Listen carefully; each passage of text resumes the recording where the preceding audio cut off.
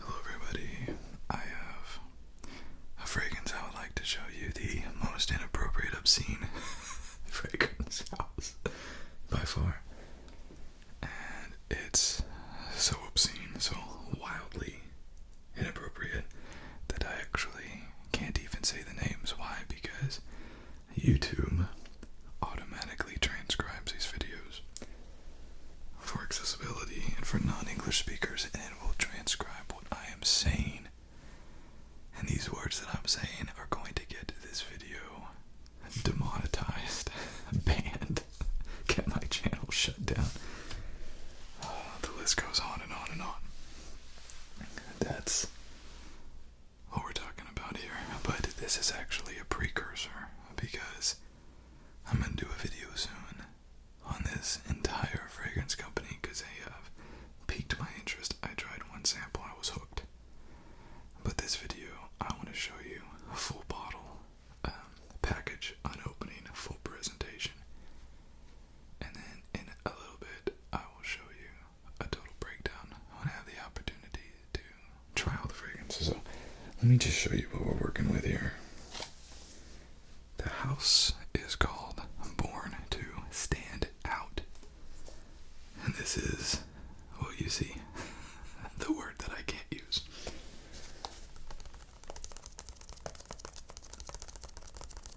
Born to Stand Out.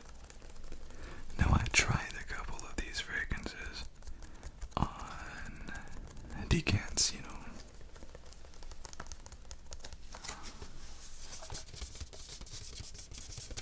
And they really impressed me. But I was also really thrown by their names. And let me just, as a bit of a teaser, look at this. We have 10 different Born to Stand Out fragrances here, and this isn't even all of them. We have 10 different Born to Stand Out fragrances, a third of the line, including, a third of the line, including specific country releases. But I mean, here's some of the names. Drunk, Saffron, Happy Nuts, Sin and Pleasure, Mad Honey. My goodness. Can't even keep track of all of these. What's the other one? This one has another name. Has a longer name on here. Mud. I feel like Filthy Mud isn't. No, that's Filthy Musk. I have that one too. Smoking Gun. Sugar Addict. Dirty Rice. And Sex and Cognac. So, very provocative for the sake of being provocative. And originally when I saw this Born to Stand Out, I thought for sure the French are at it again. When I was an undergrad student, I studied film, and I remember French surrealism, and the French, they like to shock the conscience by putting in crazy, unexpected, inappropriate things that get you off guard. So I saw this on like the French are at it with these crazy French, and I was wrong. This fragrance comes from House by Lim, and this was a company from, can we see it? There we go. Korea. Seoul, Korea. Now, Korea is known for being very, very conservative in their viewpoints. I don't know. I think I've adjusted, hopefully. I don't have a forward-facing camera, so I don't know. And so I was shocked. And when I learned more about South Korea, this made more sense. This is part of the counter culture movement. They have a lot of younger people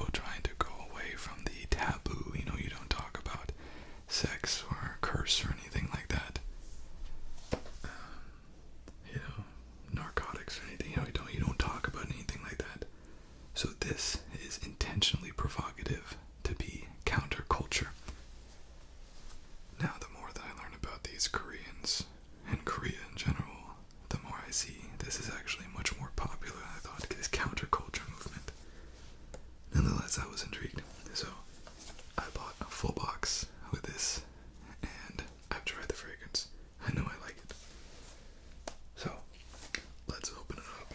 But I will be bringing you an entire breakdown of their line soon once I get the chance to wear it all. These are all eau de parfum, unless I specified otherwise. They have extraits. They start ridiculously expensive and they only go up from there. So, this fragrance, 50 mils, 50 ml, $210 US for this. And that's about as cheap as you're gonna get a Born to Stand Out fragrance. So what are you getting for $210 US? Let's use a knife and find out.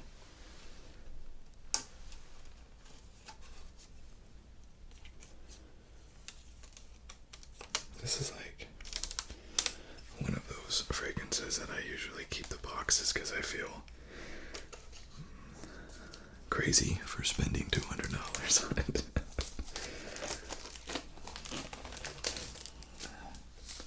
For one, it's like vacuum sealed. It doesn't have any of that like plasticky kind of wrap that most fragrances do. This is like properly wrapped with what feels like to be higher quality. Not $200 of higher quality, but nonetheless.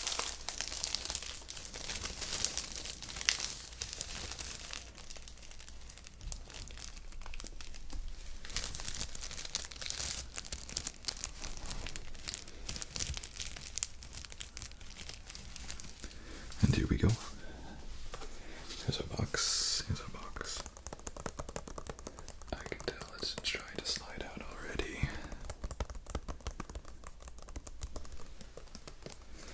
Born to Stand Out. Love it, love it, love it. I love this. The color of it, the box. It looks awesome. Let's try it out.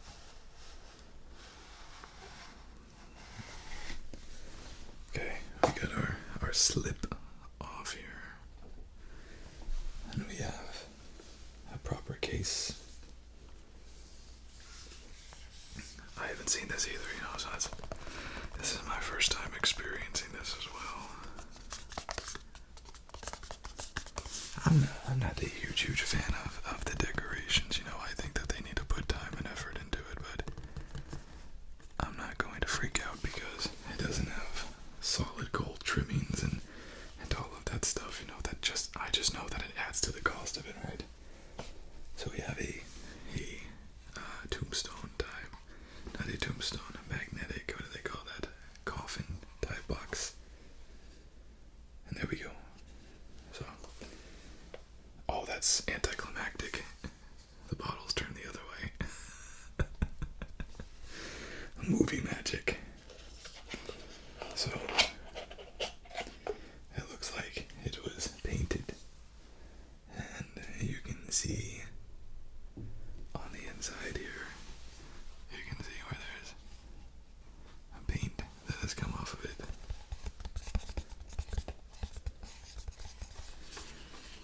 And you see on the side here with the magnetic, you can see kind of their motto, right? Rebel against standards. But the Ministry of Scent did an interview with the founder of this fragrance house. Only 3 years old, I think. Very new fragrance house. Very new fragrance house. So has not had the opportunity to stretch its legs, really. It'd be interesting to see, I think it should have not stretched itself so thin. It has over 30 releases in a matter of a couple years. It's a lot. That's a lot of releases, and I think they're trying to find, the flagship. Try to find the flagship fragrance and get that one oomph kind of fragrance. But the thing is, if you charging $210 for a 50 ml bottle. You're not gonna get everybody. That's just the truth right there. Most people are not gonna want to spend $200 on a 50 ml bottle. Let's take a look at the bottle though, shall we? So here we are. But anyways, with a newer company, you know, I don't think they should have made so many fragrances. But it's not my company. It's not my company. So on the back we have Korean only. I gotta level with you, this is the first time I have ever had a fragrance bottle in anything other than French or Italian or English. Never had any kind of Asian language on a Korean bottle, on a fragrance bottle before. So this is, I don't know what this bottle is made of. I'm assuming glass, but it's so heavily plastered, heavily painted. Cap just pops right off. I do love the red and white pattern. You know what it kind of reminds me of? It kind of reminds me of like a more like a cylindrical version of a Tom Ford's private collection, like the Oud Woods. It's kind of what it reminds me of.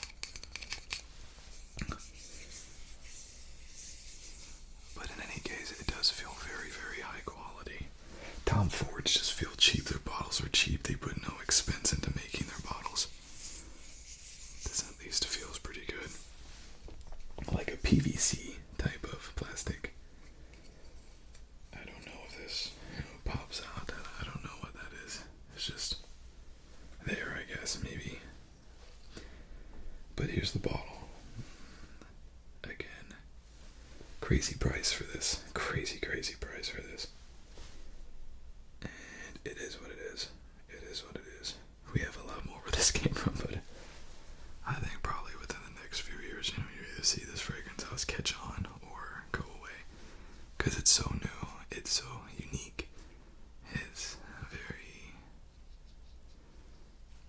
unique in what it's trying to do. You know, there's just not, fragrance houses don't come from Korea, but Korea is very involved in their, you know, face masks are famous, and you know, their type of products that they use. So it makes sense. It makes sense, but you know, everyone just leaves the fragrance to the French and the Italians, and I guess the Americans and the Spanish, European thing typically.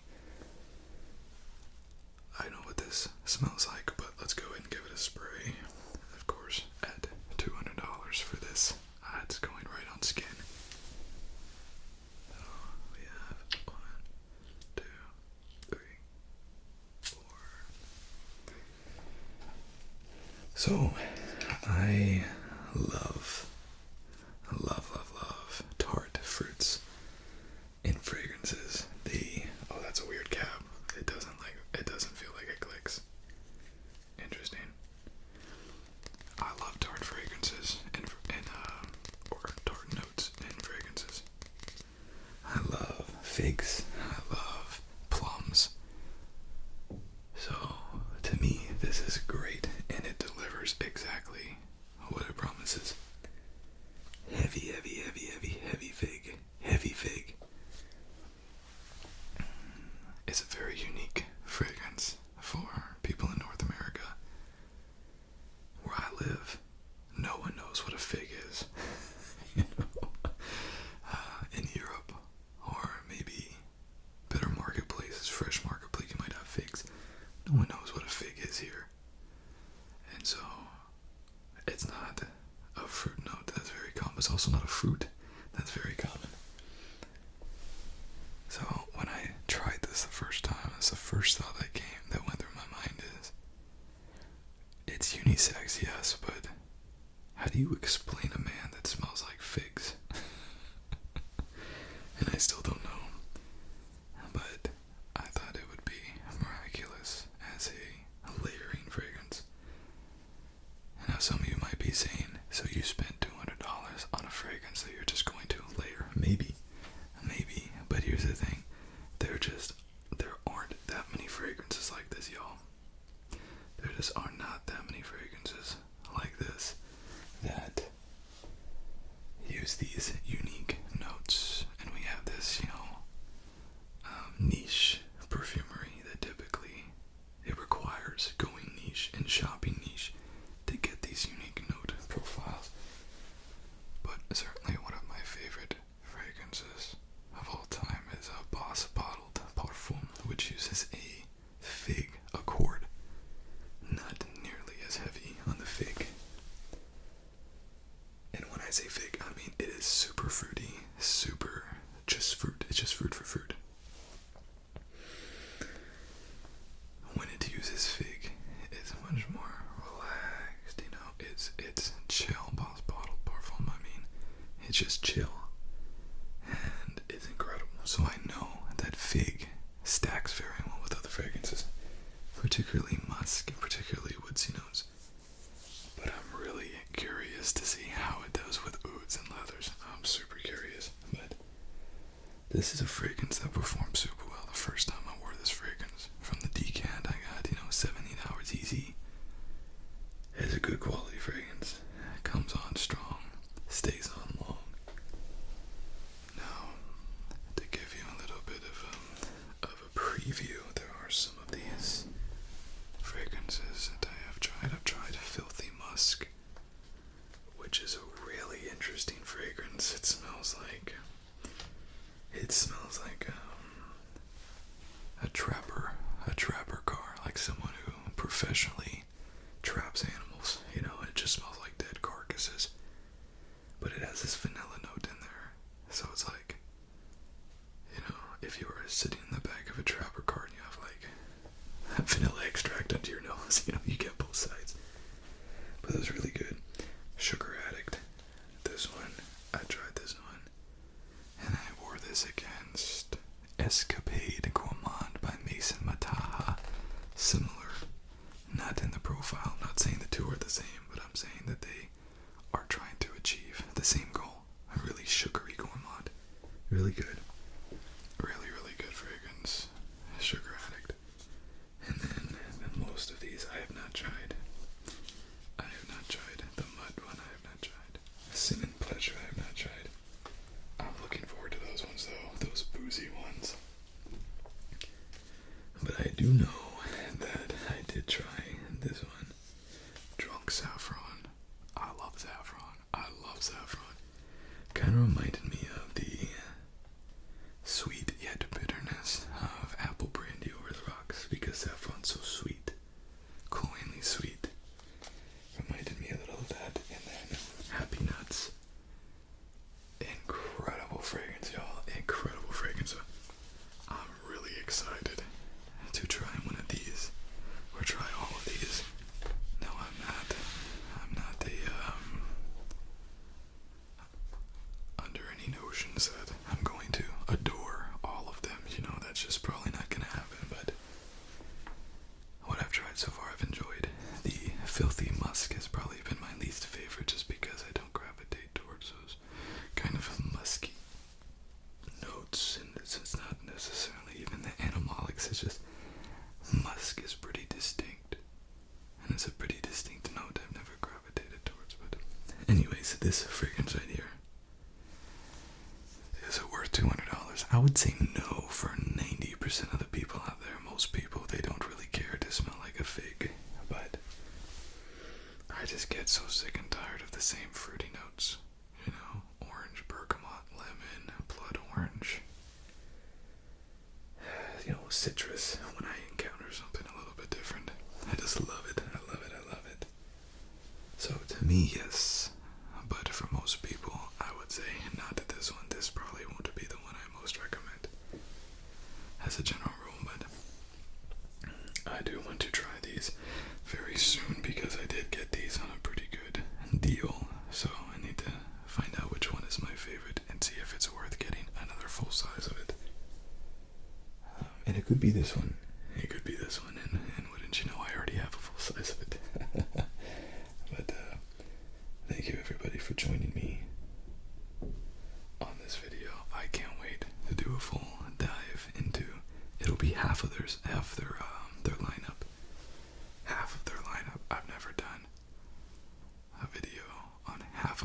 Fragrance Houses lineup. But I've said it before, I'll say it again. I have the entire Argos lineup, every one of them. I haven't done a video on them yet. Italie Boutange have their entire lineup. Haven't done a video on them yet. They're just very time